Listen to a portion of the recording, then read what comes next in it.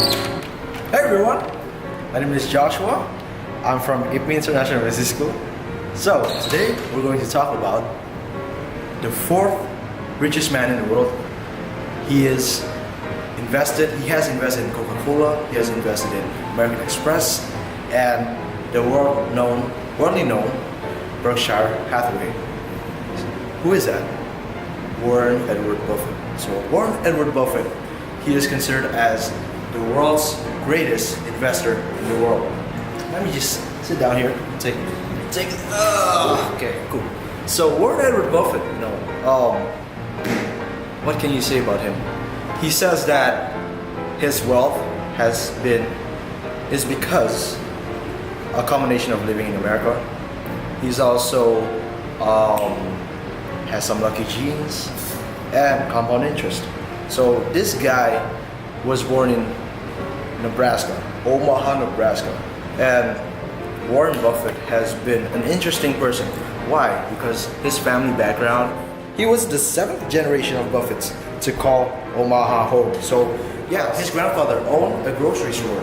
His father, on the other hand, is a stockbroker.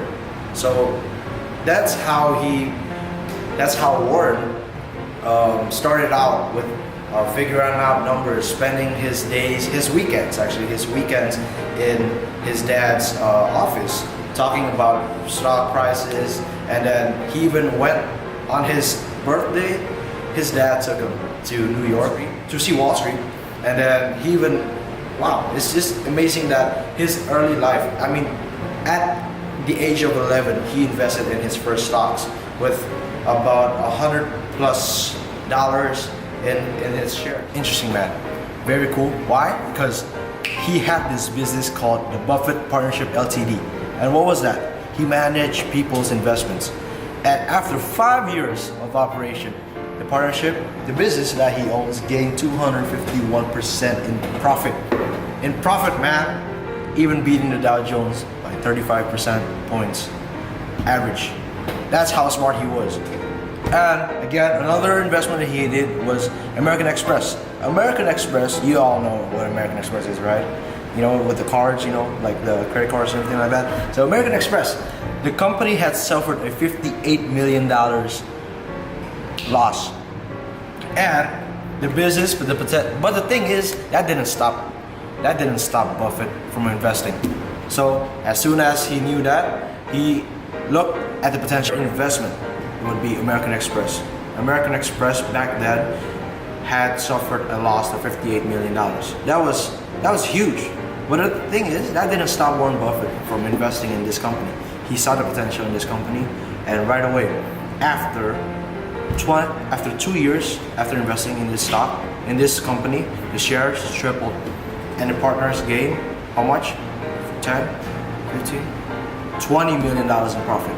That's impressive. The last investment that I wanted to tell you all was that Warren Buffett invested in Berkshire Hathaway. That was one of his highlights in investing. Berkshire Hathaway, back in the 60s, was a textile company. Nowadays, they have insurance companies inside this, an insurance business in this company. And back then, the company was facing hardships that didn't stop Buffett to sell their shares either. He saw potential in this business, and after 20 years, he created from this business portfolio value from $3 billion to $87.6 billion. That is impressive. If we go back to a time and review all of Buffett purchases, looking for commonalities, it is possible to discern a set of basic principles or tenets that guide his decision. If we extract these tenets and spread them out for a closer look, and we see that they naturally group themselves into 4 categories. First, business tenets. Second, management tenets. Third, financial tenets. And the last is market tenets. Business tenets, there are 3 main areas. First is the business simple and understandable. In Buffett's views, investor financial success is correlated to how well they understand their investment. Investment success is not a matter how much you know, but how realistically you define what you don't know. Second, consistent operating history. Buffett has his own strategy. It has been his experience that best returns are achieved by companies that have been producing the same product or service for several years. Investors tend to be attracted to fast-changing industry or companies that are in the midst of corporate organization. Investors are so infatuated with what tomorrow may bring that they forget about what today's business reality is. Favorable long-term prospects. Buffett suggests that to look for franchises or business that sell a product or a service that one, needed or desired, two, not a close substitute, and three, is not heavily regulated. Management tenets. Is the management rational? Rationally is the quality of what Buffett thinks distinguishes the style which he runs the Berkshire and the quality he often finds lacking in other corporations. Is the management candid with the shareholders? In other words, is the management reporting both mistake and the achievement in a clear manner so that each investor can understand how the business was run and how it performed? Does the management resist the institutional imperative? One of Warren Buffett's favorite books is The Outsiders, 8 Unconventional CEOs and Their Radically Rational Blueprint for Success by William N. Thorndike Jr. The book is a detailed collection of how these 8 CEOs stood against the crowd and did not follow their fellow CEO into behaving emotionally in making business decisions. There are suggestions that the management cannot resist the institutional imperative, excessive expansion that adds no value but just expand the corporate empire, hiring people for the sake of expansion instead of hiring for talents, and the crystallization for a common pattern of a bad business decision across companies within the same industry. Financial tenets. Return on equity. Focus on return on equity, not on the earning per share. The bottom line is can be easily manipulated by one-time losses or gains. Therefore, the EPS is not an accurate figure to measure the management's performance of creating value. Owner's earning. Instead of cash flow, Buffett preferred to use owner's earning. But he admitted that owner's earning do not provide the precise calculation that many analysts demand. Profit margins. Buffett is aware that the great business make lousy investment if management cannot convert sales into profits. In his experience, managers of high-cost operations tend to find ways to continually add to overhead, whereas managers of low-cost operations are always finding ways to cut expenses. The $1 primes. So Buffett has created a quick task to judge not only the economic attractiveness of a business, but how well management has accomplished its goal to creating shareholders' values. Market tenets. Determine the values. According to the book, Buffett evaluates a business as he evaluates a bond. A bond is worth the sum of its coupon divided by the appropriate discount rate. Buy at attractive price. It is Buffett's intention that not only to identify business that earn above average return, but to purchase them at price far below their indicative value. So now we arrive at the most awaited part of this book, which is what are the stocks that Warren Buffett buy.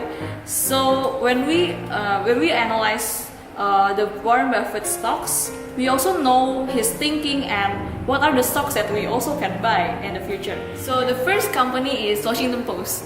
So Warren Buffett has experience for 4 years in newspaper industry before he buy Washington Post.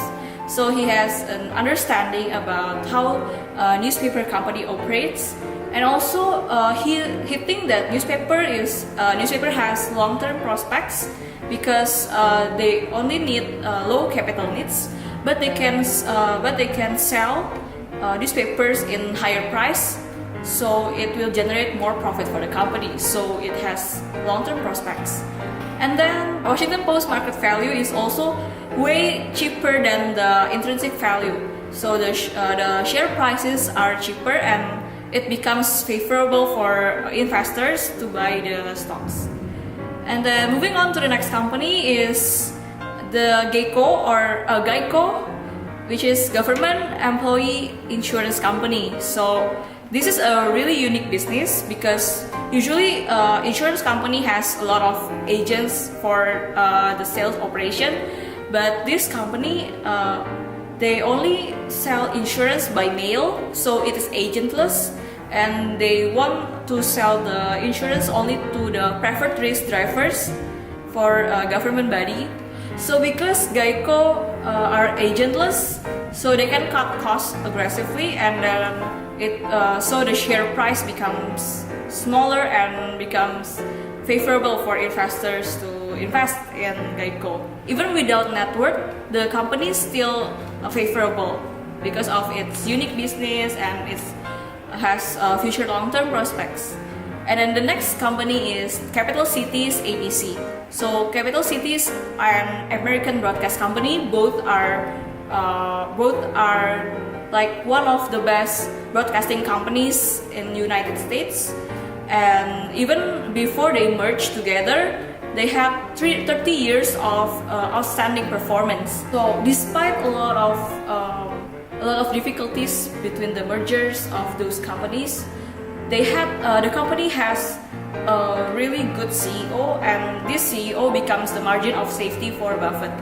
So he really trusts this CEO, and the CEO himself has the reputation to cutting costs aggressively for the company, and even Warren Buffett thinks that this company is one of the best company in the United States in terms of performance. So despite the prices of the shares lower than the other share prices, Warren Buffett still favors this company. So the next 6 companies that Buffett invested in are Coca-Cola, General Dynamics, American Express Company, IBM, Heinz Company, and Wells Fargo Company. And my 3 top favorite companies are, the first one is Coca-Cola. Buffett invested in Coca-Cola because of the simplicity of the business, and Coke has a favorable long-term prospect because of its certainty, growing market, and big unit growth. And the second company that I find most interesting is IBM. Buffett explained that the company's financial management and their skill was very great. They used debt wisely, made value-adding acquisitions exclusively for cash, and aggressively repurchased its own stock. And the last company that I find most interesting is Heinz Company. Who would have guessed that the great Buffett would invest in ketchup? Heinz has positioned itself to benefit from the growth of emerging markets, so they has favorable long-term prospect. So to sum up this chapter, Warren Buffett is interested in long-term appreciation, so he is quite content of holding the security with a competent and honest management. At the end of the day, it's people that run the business, not the business run by itself.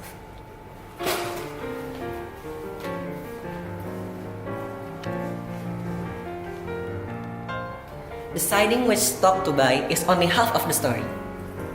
The other half of the story is managing the portfolio, which in turn a combination of construction and ongoing management. We often believe it is a simple process of deciding what to buy, what to sell, and what to hold.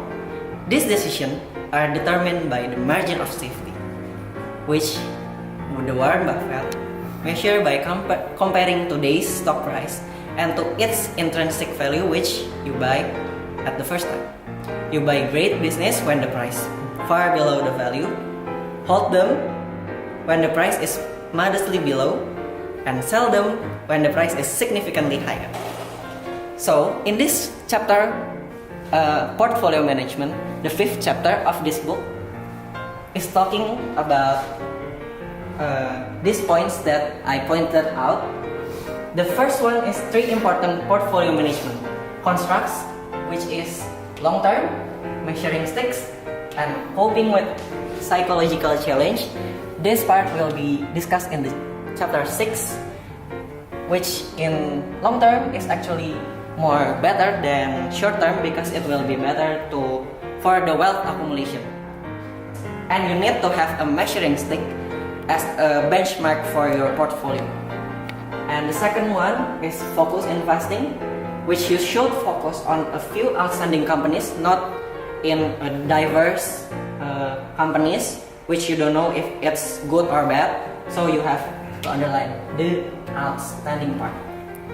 And the next one is active portfolio management. It is a constant buying and selling the stocks. And the next one is index investing, which is you buy and hold. And later on, when the price is near the top, you're selling the stock. And the next one, to minimize risk, you need a diversification. By doing this diversification, like focus investing, you put your stock in diverse stock that create an outstanding portfolio. But the diversification effect is resulting in a mediocre result. And to calculate your optimization of the stock, you need to calculate the probability, which is from 0 to 1, as a mathematical language of the risk for that portfolio. And you have to know the stock you're about to invest. You don't want to give money to a stranger to manage your money, but you should put your money to the people that you know. High risk, high return. When the return is high, the risk it will also increase as the return increase, which if the return is high, the risk will also be high. When the return is low, then the risk will also be low. And in this chapter, we also learn about Bayesian analysis, or can be said as decision tree analysis, which is updating our original belief or information, thus changing our relevant odds. So there is some probabilities here, and you can have the result here. Kelly approach, which contains this formula: 2 times probability of winning minus 1 equals the percentage of your total bankroll that you should bet. And to minimize risk, we do underbet, which is half Kelly. It is 50% of Kelly approach result. And by minimizing risk, it also minimizes your potential gain. As stated before, high risk, high return. Steps for stock investing is you should first calculate the probabilities, wait for the best odds, adjust for new information, and decide how much to invest. The lower the number of stock in a portfolio, the lower it is, the higher the probability of return that the market's rate offer. So don't be price-based and short-term mentality, which you should not only look at the price only, but also you have to look into it fundamentally, the core of the business itself. And this is what's important. Goals of investor is to create a portfolio with highest possible look-through earnings a decade or so from now. So you have to think not on short-term mentality, but a long-term thinking. Linking investing and probability theory, there is 2 story that told by the book is the pure arbitrage and risk arbitrage. By pure arbitrage, it means look at the difference, while the difference of when you buy the stocks and you sell the stock. And the risk arbitrage talking about corporate mergers and acquisition. And the last but not least is assessing the long-term economic, characteristic of each business and the people in charge of the business. As stated before, you should give your money to the people that you know rather than giving it to the stranger and tell them to manage your money. The conclusion for the focus investing is you have to first willing to think about the stocks as part ownership interest in the business. And you also have to be diligent to study the business you own and also its competitor. And you have to be willing to invest a minimum of 5 years or more, even more, because long term is the more better. So quit thinking short-term thinking. And the fourth one, never leverage your focus portfolio. Never debt for your investment. And the last one is you have to acquire the right temperament and personality to become a focused investor that have a psychological strength. So investing is not all about money. It has a lot to do with who you are and how you function. So in part 6 of the book, it describes about the importance of both the economies and also the psychology behind it. If you ever wonder why people make such irrational decisions, especially when it comes to their financial affairs, well, to understand the market and to understand investing, first we must know the psychology behind it. So Warren Buffett and Ben Graham give us these 3 essential principles about the psychology aspects of investing. So principle number 1 is to treat our stocks like they're our business. So normally you wouldn't expect that a business would grow exponentially overnight and make you rich, right? Same with stocks. You need to give stocks the time and space it deserves to bring you your reward. So it's very important not only to buy the stocks but also to set it aside and ignore it when it's going down, appreciate it when it's going up, and let the market do the rest. But you need to do your homework and make sure that you know the stocks you're buying, you know the company that you are investing with. And principle number 2 is the margin of safety concept. This means that you should buy a stock when it is worth more than its price in the market. So one should always analyze financial statements and footnotes to understand whether companies have hidden clues that they are potentially unnoticed by the market. So this brings us to our last principle, having a true investor's attitude. What does having a true investor's attitude mean? It means that you must have the emotional ballast and the emotional capacity to be stable when the market goes up or even down and being unstable. So having this investor's attitude is not to follow the ups and downs of the market emotionally, but to give yourself, again, that space to be emotionally balanced and not become influenced by the market. So if you are influenced by the market, then you would make irrational decisions. So this comes back to our first principle. So this chapter also talks about the emotional pitfalls that us investors are likely to fall into. So the first pitfall would be overconfidence, overreaction bias, loss aversion, mental accounting, and myopic loss aversion. So all in all, when investing, it's so important to remain cool-headed, and again, it's so important to give your stocks the space and time it deserves to grow and bring you your rewards. The strongest of all warriors are these 2, time and patience. Theoretically, an increase in market participation coupled with higher trading volumes is thought to lead to better price discovery, which in turn leads to a narrowing of the price-value gap with a corresponding reduction in market noise and volatility. But in reality, we have learned that if the majority of the market participants are speculators, not investors, then we are likely to see the exact opposite. The increase of trading activity will work to widen and price value gap, increase the noise and the system, and lead to spikes in volatility. In this world, an investor who has hostage to short-term performance pressures will feel nothing but discontent.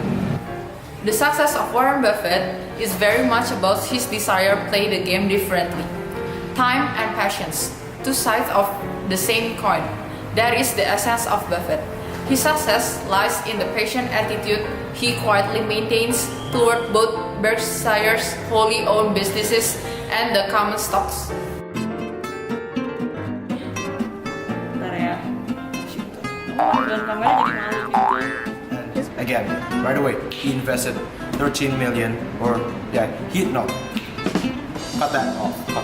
All warriors Stop. are... Ulang. Oh, gue mau pakai cepetan. So the first pitfall would be overreaction bias.